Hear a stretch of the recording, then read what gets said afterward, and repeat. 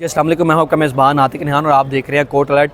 Topic दो हैं, दोनों सेम टॉपिक हैं, जिसमें एक तो रजब भट्ट है और दूसरे डक्की भाई हैं। ये दोनों पाकिस्तान के बड़े यूट्यूबर्स हैं जिनका अगर बात करें यूट्यूब पर और जो यूथ है उन पे गहरा असर जो है उनकी चीज़ें छोड़ती हैं। तो ये पिछला जो साल गुजरा है 2025 का, दोनों यूट्यूबर्स के लिए बड़ा जो मुश्किल गुजरा। एक ने मुल्क बदर रहे, एक मुल्क से बाहर गुजारा, 6 से 7 महीने उन्होंने मुल्क से बाहर गुजारे।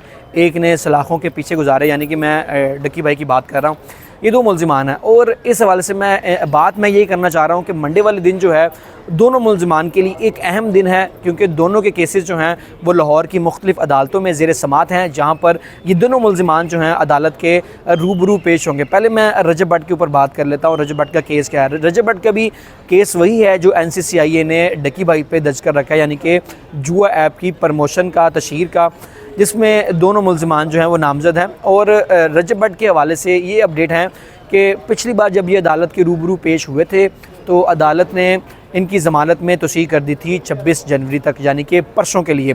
और परसों को जो है ये दारा दोबारा जो है अदालत के रूबरू पेश होंगे। और इसमें एक अहम अपडेट ये थी कि पिछली बार जो इनके वकील थे वो राना मारूफ साहब थे, जो कि एसोसिएट हैं मियाँ अली इशफाक साहब के, और उन्होंने भी अपना वकालतनामा जमा करवा रखा था। जो मियाँ अली इशफाक साहब हैं वो उस दिन अदालत के रूबरू पेश नहीं हुए थे, क्योंकि उनका अपना केस जो है लाहौर हाई कोर्ट में ज़ेर समात था, जिसपे उनका लाइसेंस मुअत्तली के हवाले से वो केस था, जिसमें उस दिन वो केस लगा हुआ था और उनका लाइसेंस जो है वो बहाल हो गया था।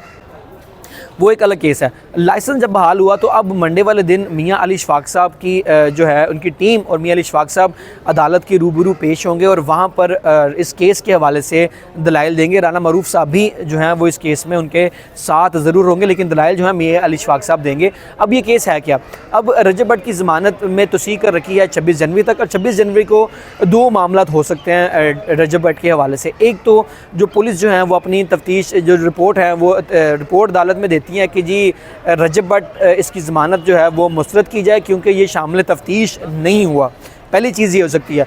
अगर रजब भट्ट शामिल तफ्तीश हो गया फिर तो सिनेरियो ही बदल जाएगा।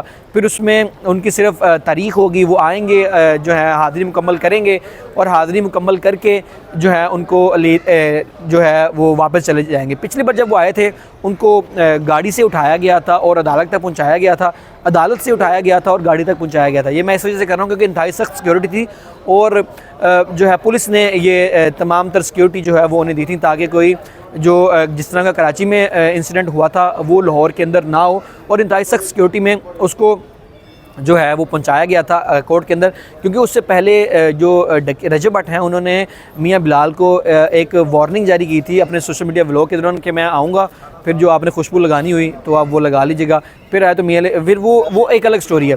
अब एक स्टोरी ये हो सकती है कि जी पुलिस अपनी रिपोर्ट पेश करती है कि वो बताती है कि ये पेश शामिल तफ्तीश नहीं हो रहा। दूसरी स्टोरी ये हो सकती है कि रजब भट्ट जो है वो अदालत में कल पेश ही ना हो।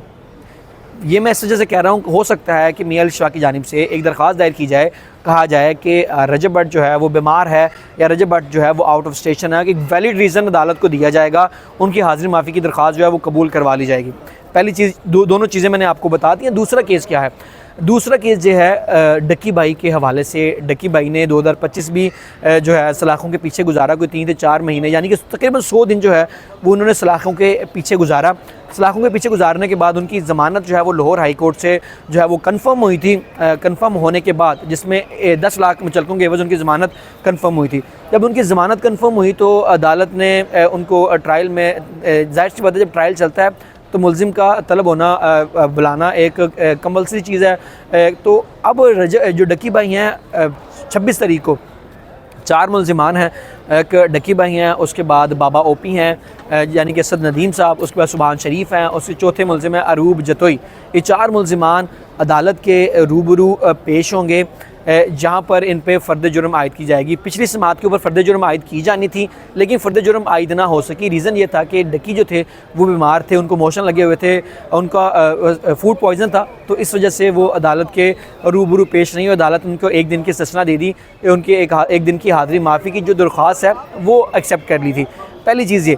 अब 26 तारीख को ये दोनों चारों मुल्ज़िमान अदालत के रूबरू पेश होंगे। अब वहाँ पर हो क्या सकता है? पहली चीज़ ये हो सकती है कि ये तमाम मुल्ज़िमान आएँ और इन पे फ़र्द जुर्म आयद हो जाए। फ़र्द जुर्म आयद होने का मतलब ये है कि आपको बता दी जाएगा कि NCCI ने आप पे ये इल्ज़ामात लगाए हैं और आपने अपने वकील की वसातत से, अगर आपका वकील नहीं है तो आप खुद जो है इसको डिफेंड करेंगे। पहली चीज़ ये। दूसरी चीज़ क्या हो सकता है कि कल के दिन फिर इन पे फ़र्द जुर्म आयद ना हो, क्योंकि कल के दिन हो सकता है कि कोई और जो इसमें मुलजिम है, मे बी सुभान शरीफ, मे बी असद नदीम या मे बी अरूब जतोई, ये अदालत को बताते हैं कि जी मैं बीमार हूँ, तो हो सकता है इसमें फ़र्द जुर्म आयद ना हो। अब अगर ये एक दूसरा सिनेरियो ये हो सकता है।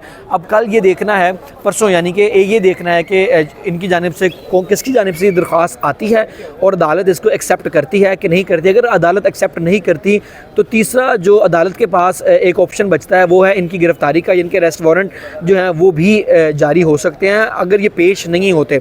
लेकिन मे बी ये होप सो ये पेश हो जाएंगे, क्योंकि एक बार ये हाज़िरी माफ़ी की दरख्वास्त जो है वो ले चुके हैं। अब ये अदालत के रूबरू पेश होंगे तो इन पर फ़र्द जुर्म आयद की जाएगी। फ़र्द जुर्म में ये इनको बाद में अपने इल्ज़ामात जो है वो डिफेंड करने हैं। फ़र्द जुर्म के बाद अदालत जो है ये इन पे ये कोई पाबंदी नहीं है कि ये लाजमी पेश होंगे, फिर वो ट्रायल जो है वो चलता रहता है, वो उसमें कोई मसला नहीं है, वो आते हैं वो नहीं आते। फिर वो एक स्पेसिफ़िक जो है अगर कोई रिपोर्ट जमा करवाई जाती है NCC की जानिब से या अदालत जो है वो कोई स्पेशल अहकामात जारी करते हैं, फिर इनको आना पड़ेगा।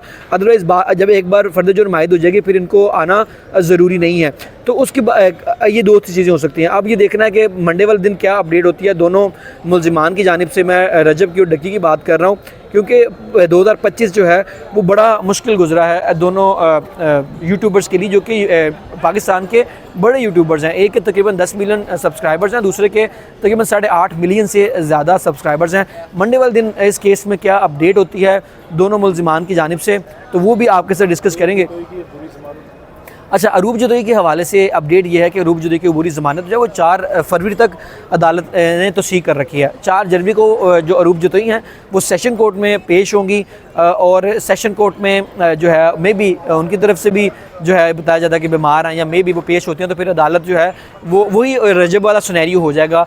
अगर पुलिस कहती है शामिल तफ्तीश नहीं हुई तो वो इनकी जो है इनकी ज़मानत मुस्तरद की जाए, अगर शामिल तफ्तीश हो गई हैं तो मैं भी इनकी ज़मानत में तौसीक़ कर दिया। मज़ीद अपडेट के लिए चैनल को सब्सक्राइब कर लीजिए। अपने मेज़बान आतिक रिहान को दीजिए इजाज़त। अल्लाह ने के बाद।